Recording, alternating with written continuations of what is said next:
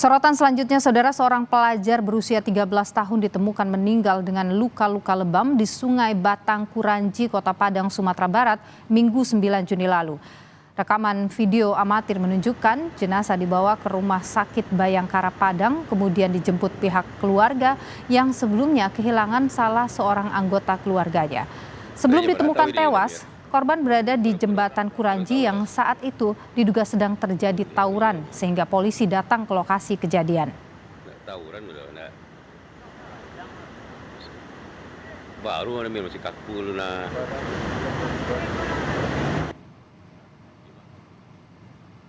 Lembaga Bantuan Hukum LBH Padang menduga pelajar yang ditemukan tewas di Sungai Batang Kuranji Padang diduga akibat dianiaya polisi. Direktur LBH Padang, Indira Suryani, mengaku telah melakukan investigasi terhadap kasus itu dan mengarah pada adanya unsur penganiayaan sebelum korban tewas. Yang kami temukan juga ternyata dalam kasus penyiksaan ini yang dilakukan oleh tim Tabarat Polda Sumbar sebanyak 30 orang ini bukan hanya saudara AM, anak AM yang menjadi korban, tetapi ada korban-korban lainnya yang kami temukan dan mereka juga mendapatkan tindakan kekerasan dari anggota kepolisian. Kami mengidentifikasi ada 5 orang anak dan 2 orang dewasa berumur 18 tahun yang menjadi korban juga dalam peristiwa ini ketika pengamanan mereka di jembatan Kuranji saat itu. Sementara itu, sebanyak 30 personel polisi diperiksa Divisi Profesi dan Pengamanan Propam Polda Sumatera Barat buntut dari tewasnya seorang pelajar berusia 13 tahun di Sungai Batang Kuranji Padang, Sumatera Barat. Wakapolresta Padang, AKBP Ruli Indra Wijayanto, memastikan jika ada tindakan anggota atau personel anggotanya yang melanggar, maka akan ditindaklanjuti. Ruli menyebut berdasarkan keterangan saksi, korban diduga tewas usai melompat dari jembatan Batang Kuranji saat hendak diamankan polisi.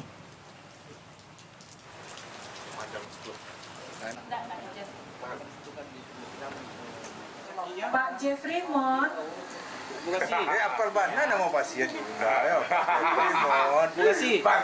Oke, minggu tadi ngecek. Rekam juga. Ini belum oknum ya. Tapi kita meminta keterangan kurang lebih sekitar 30 personil yang pada saat malam itu bertugas dan mengamankan dari rombongan anak-anak yang diduga melakukan aksi tawuran. Ya, kita meminta keterangan dari saksi-saksi, terus kemudian juga kita masih menggali informasi-informasi dari yang lainnya. Karena kita masih baru mendapatkan sumber keterangan dari salah satu sumber informasi atas nama Adit PU yang merupakan temannya pada saat berboncengan, itu ada ajakan kepada yang bersangkutan saat diamankan itu untuk melompat. Sedangkan posisi jembatan itu dengan kondisi di bawah itu cukup dalam sekali, kurang lebih ada 25 meter. Itu kita sudah lakukan kegiatan olah TKP. Seorang pelajar ditemukan tewas dengan luka lebam di Sungai Batang Kuranji, Kota Padang. LBH Padang, saudara, menduga bahwa korban ini meninggal akibat dianiaya anggota Polri. Apa bukti yang didapat oleh LBH? Kita bahas sore hari ini bersama Direktur LBH Padang sekaligus kuasa hukum keluarga korban, Indira Suryani. Kami juga, saudara, sudah mencoba mengundang pihak kepolisian namun belum dapat bergabung karena masih berada di TKP dan juga melakukan pemeriksaan saksi-saksi. Mbak Indira, selamat sore, sehat selalu. Selamat sore Mbak, insya Allah sehat. Mbak Indira, apa yang mendasari LBH sampai menyebut bahwa ini tewas karena dianiaya oleh polisi? Pertama kami melihat dari hasil foto jenazah yang dikirimkan oleh keluarga yang juga diberitahukan kepada kami, banyak tanda kekerasan yang muncul di tubuh korban, ada di bagian punggung, pergelangan tangan, dan banyak di bagian tubuhnya dan juga ada darah di telinga korban begitu. Jadi hasil identifikasi foto kami meyakini ada tindakan penyiksaan terlebih dulu yang dirasakan oleh korban sebelum yang bersangkutan meninggal dunia. Oke, dan temuan-temuan itu sudah saat ini diserahkan ke polisi? Ya, kami sudah tentu saja keluarga ketika melapor juga memperlihatkan hasil tanda kekerasan, tetapi ada satu hal yang tidak make sense bagi kami dari pernyataan kepolisian, Kejadian itu terjadi pada tanggal 9 Juni ketika itu jam setengah 4 pagi ya. Jadi kalau dia bilang korban melompat saat itu lalu ada yang melihat, kenapa tidak ada yang menolong korban, dan mayat itu ditemukan sekitar pukul 10 pagi. Bagi kami itu tidak make sense gitu, karena ada keterangan saksi yang kami temukan bahwa dia sempat awalnya si korban ini berboncengan dengan temannya, dia diboncengan, lalu kemudian dia diduga ditendang oleh anggota Sabara Polda Sumbar, lalu mereka terjatuh terpelanting ke arah kiri jalan, dan kemudian dia berjarak 2 meter dari saksi A. Ketika berjarak 2 meter itu, saksi A sempat diamankan, dibekuk oleh anggota kepolisian, dan kemudian dia nampak korban AM, anak AM ini dilingkupi oleh kepolisian begitu. Jadi diputarin begitu ya, dia di tengah di situ gitu. Oke. Jadi bagi itu nggak make sense aja kalau dibilang misalnya dia melompat jam setengah 4 pagi itu, tapi kenapa tidak ada pencarian saat dia melompat itu? Oke. Itu hal yang tidak make sense bagi kami. Anda mengetahui siapa saksi yang disebut melihat korban ini melompat? Jadi memang kami mengidentifikasi ya. Jadi saat itu tidak benar bahwa ada tawuran yang terjadi di saat itu. Yang hasil investigasi kami, teman-teman ini, anak-anak muda ini rata-rata di bawah umur, mereka kemudian bermotor ya ketika itu malam minggu, dan kemudian datanglah kemudian barisan patroli dari tim Sabara Polda Sumbar, lalu mengamankan mereka dengan kekerasan begitu, dimulai dari jembatan Kuranji, lalu mereka dibawa di Polsek Kuranji, dan kami juga menemukan tanda-tanda kekerasan kepada saksi-saksi, 5 orang saksi anak dan juga 2 orang dewasa yang juga di tubuhnya bagian tubuhnya kami temukan tanda-tanda kekerasan berupa lebam-lebam dan juga ada sulutan rokok yang juga kami temukan begitu. Dan dari hasil itu mereka mengatakan bahwa saat itu kami diamankan dan keluar dari jam 10 pagi begitu. Jadi baik. Pak saksi yang mengatakan dia sempat melihat Afif dipukuli begitu. Itu yang tangan yang dia katakan. Tapi memang saja dalam situasi ini anak-anak ini saat ini takut untuk memberikan kesaksian karena dia butuh perlindungan dan jaminan keamanan dari kepolisian terhadap mereka begitu. Oke, baik, kita tahan di sana dulu Mbak Indira.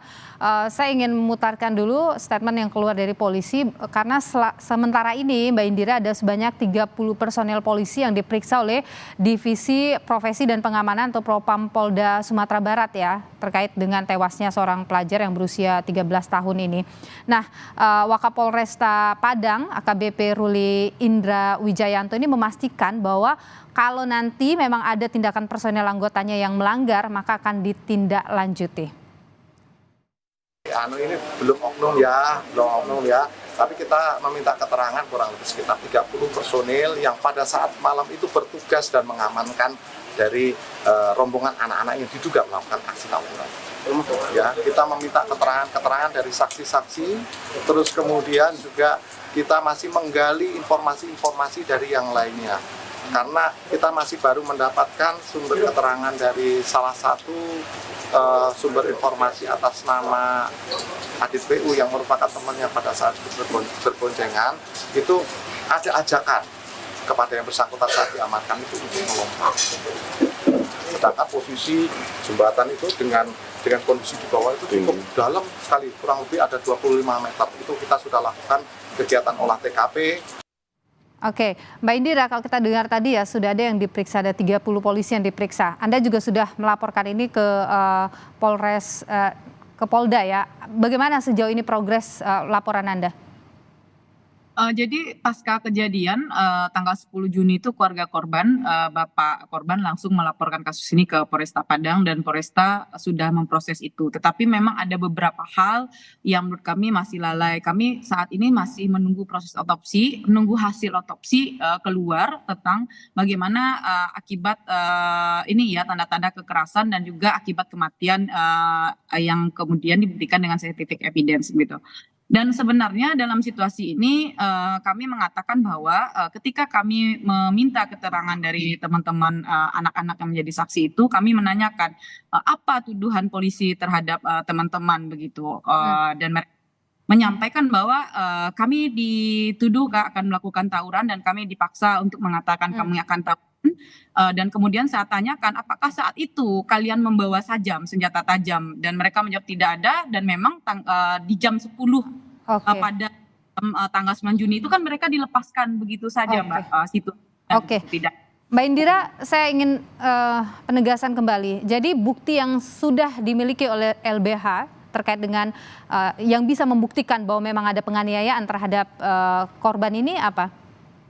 Satu, kami punya hasil dokumentasi foto di bekas tubuh korban yang sangat kelihatan jelas, itu bekas kekerasannya berupa lebam-lebam. Kedua, kami mengantongi beberapa keterangan saksi-saksi yang kemudian mengatakan bahwa memang ada penyiksaan itu, dan kami juga menemukan di saksi-saksi yang lainnya, di tubuh saksi-saksi lainnya 5 orang saksi, anak dewasa, mereka juga mendapatkan penyiksaan dari Itu lukanya mirip dengan yang di tubuh korban? Macam-macam, Mbak. Ada yang kemudian bekas pukulan, bekas tendangan, ditendang jatuh lalu kemudian keseret, ada bekas sulutan rokok juga yang kami temukan, dan juga ada pukulan bekas rotan. Oke. Kemudian ini kan Anda menyebut bahwa ini diduga dilakukan polisi. Nah, apa bukti mengarah ke sana? Iya, karena yang saat itu mengamankan mereka yang patroli kan tim Sabara, mereka ada 30 orang, dan biasanya teman kami memang sebelumnya tim Sabara Polda Sumbar sudah pernah juga dilapor atas kasus yang mirip juga seperti ini, tetapi kemudian situasinya mereka mempunyai alibi ya untuk kemudian melindungi diri. Ini bukan kasus pertama Sabara yang dilaporkan ke LBH Padang, dan kemudian ini banyak saksi-saksi anak sebenarnya yang melihat peristiwa itu, dan bekas penyiksaan itu juga muncul di tubuh anak-anak lainnya, dan itu meyakinkan kami bahwa sebelum AM meninggal itu ada tindakan penyiksaan yang dia dapatkan dari anggota kepolisian. Mbak Indira, apa yang disampaikan oleh pihak keluarga, ada harapan disampaikan oleh pihak keluarga? Kemarin ketika kami datang ke Polresta Padang, keluarga menyampaikan tentu saja dia ingin kasus ini berproses dengan cepat, dia minta keadilan atas kematian anaknya, dan kita tidak ingin kepolisian kemudian mengaburkan fakta-fakta dalam peristiwa ini. Dalam pengalaman kami, kasus-kasus penyiksaan yang dilakukan oleh kepolisian seringkali ada 2 modus mereka untuk mencari alibi dalam meminta impunity atas kasus hukum ini. Pertama, dikatakan dengan alibi bunuh diri, yang kedua adalah dalam upaya mempertahankan melawan petugas. Dan mohon kepada untuk kepolisian untuk transparan, akuntabel, dan memberikan keadilan sesungguhnya untuk para penyintas anak yang diduga dilakukan oleh oknum kepolisian. Baik, terima kasih Mbak Indira Suryani, Direktur LBH Padang yang juga adalah kuasa hukum dari keluarga korban. Terima kasih sudah berbagi pandangan di Kompas Petang.